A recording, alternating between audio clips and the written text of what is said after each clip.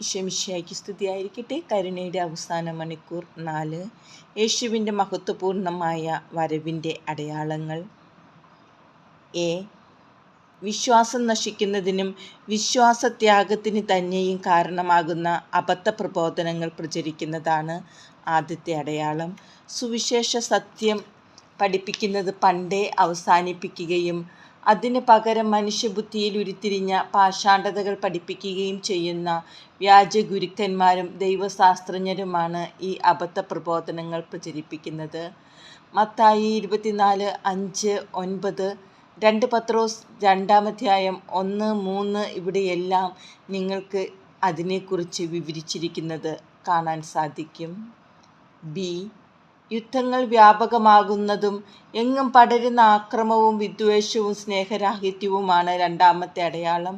അതോടൊപ്പം പകർച്ചവ്യാധികൾ, ക്ഷാമം, വെള്ളപ്പൊക്കം, ഭൂകമ്പം എന്നിവ കൂടുതൽ വ്യാപകമായി ഉണ്ടാകും എന്ന് മാത്രമല്ല അവയുടെ തീവ്രത ഭയാനകമായിരിക്കുകയും ചെയ്യും. മത്തായിയുടെ സുവിശേഷം 24-ാം 6-12 വരെയുള്ള വാക്യങ്ങൾ. സി. മൂന്നാമത്തെ അടയാളം. ദൈവത്തോടും യേശുവിനോടും അവിടുത്തെ സുവിശേഷത്തോടും വിശ്വസ്തത പുലർത്തുകയും സത്യവിശ്വാസത്തിൽ ദൃഢമായി ഉറച്ചു നിൽക്കുകയും ചെയ്യുന്നവർക്കെതിരെയുള്ള രക്തരൂഷിതമായ പീഡനമായിരിക്കും. അതോടൊപ്പം സുവിശേഷം ലോകത്തിൻ്റെ എല്ലാ ഭാഗത്തും പ്രസംഗിക്കപ്പെടുകയും ചെയ്യും. മത്തായിയുടെ സുവിശേഷം 24-ാം 9-10 വാക്യങ്ങൾ. ഡി.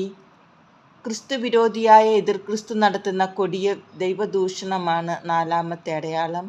അവൻ ദൈവത്തിൻ്റെ വിശുദ്ധ മന്ദിരത്തിൽ പ്രവേശിച്ച് അവിടുത്തെ സിംഹാസനത്തിൽ ഉപവിഷ്ടനാകും. അങ്ങനെ അവൻ തന്നെ ഒരു ദൈവമായി ആരാധിക്കപ്പെടാൻ ഇടയാക്കും.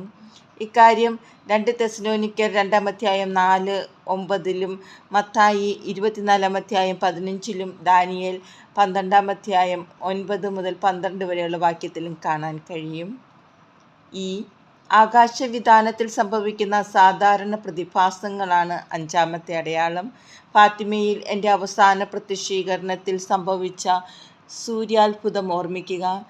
എൻ്റെ മകൻ്റെ മഹത്വത്തിലുള്ള രണ്ടാം വരവിനു വേണ്ടി നിങ്ങളെ ഒരുക്കുന്നതിനായി നടക്കുന്ന ഈ സംഭവങ്ങളുടെ കാലത്തിലേക്ക് നിങ്ങൾ പ്രവേശിച്ചിരിക്കുന്നു എന്ന് നിങ്ങളെ മനസ്സിലാക്കി തരാൻ വേണ്ടിയായിരുന്നു ആ അത്ഭുതം സംഭവിച്ചത്. മത്തായിയുടെ സുവിശേഷം 24-ാം 29 നിങ്ങൾക്കത് വായിക്കാം. ദൈവത്തിൻ്റെ ക്രോധം ലോകത്തിനെതിരെ ഉയർന്നിരിക്കുന്നു. മനുഷ്യർ ദൈവത്തെ വിളിക്കുകയും പ്രാർത്ഥിക്കുകയും ചെയ്യേണ്ടിയിരിക്കുന്നു. എൻ്റെ സന്ദേശം ദൈവത്തിൻ്റെ സഭയിലെ മുഴുവൻ ജനത്തിനോടും ഉള്ളതാണ്. പ്രിയമക്കളെ, എൻ്റെ മകൻ യേശുവിൽ ശരണപ്പെടുക. അങ്ങനെയെങ്കിൽ ഒന്നും നഷ്ടപ്പെടുകയില്ല. ശത്രുക്കൾ മുന്നേറിക്കൊണ്ടിരിക്കുകയാണ്.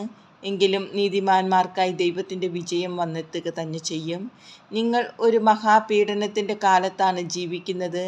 എങ്കിലും ഭയപ്പെടേണ്ട, ഞാൻ നിങ്ങളുടെ അമ്മയാണ്. മനുഷ്യവംശം മുഴുവനും രോഗാതുരമാണ്. അവർക്ക് സൗഖ്യം വേണം. അനുതപിച്ച് കുമ്പസാരം എന്ന കൂദാശയിലൂടെ ദൈവത്തോട് രമ്യതപ്പെടുക. മനുഷ്യന് സമാധാനം നഷ്ടപ്പെട്ടിരിക്കുന്നു. കോപം നിങ്ങളെ കീഴടക്കിയിരിക്കുന്നു. എൻ്റെ ഏതാണ്ടെല്ലാ മക്കൾക്കും തന്നെ മറ്റുള്ളവരോടുള്ള ബഹുമാനം എന്നത് വെറും ഒരോർമ്മയായി മാറിക്കഴിഞ്ഞു. പ്രിയപ്പെട്ട കുഞ്ഞുങ്ങളെ, അക്ഷമരായിക്കൊണ്ടും അനുസരണക്കേട് കാണിച്ചുകൊണ്ടും പിശാചിനെ പോഷിപ്പിക്കാതിരിക്കുക.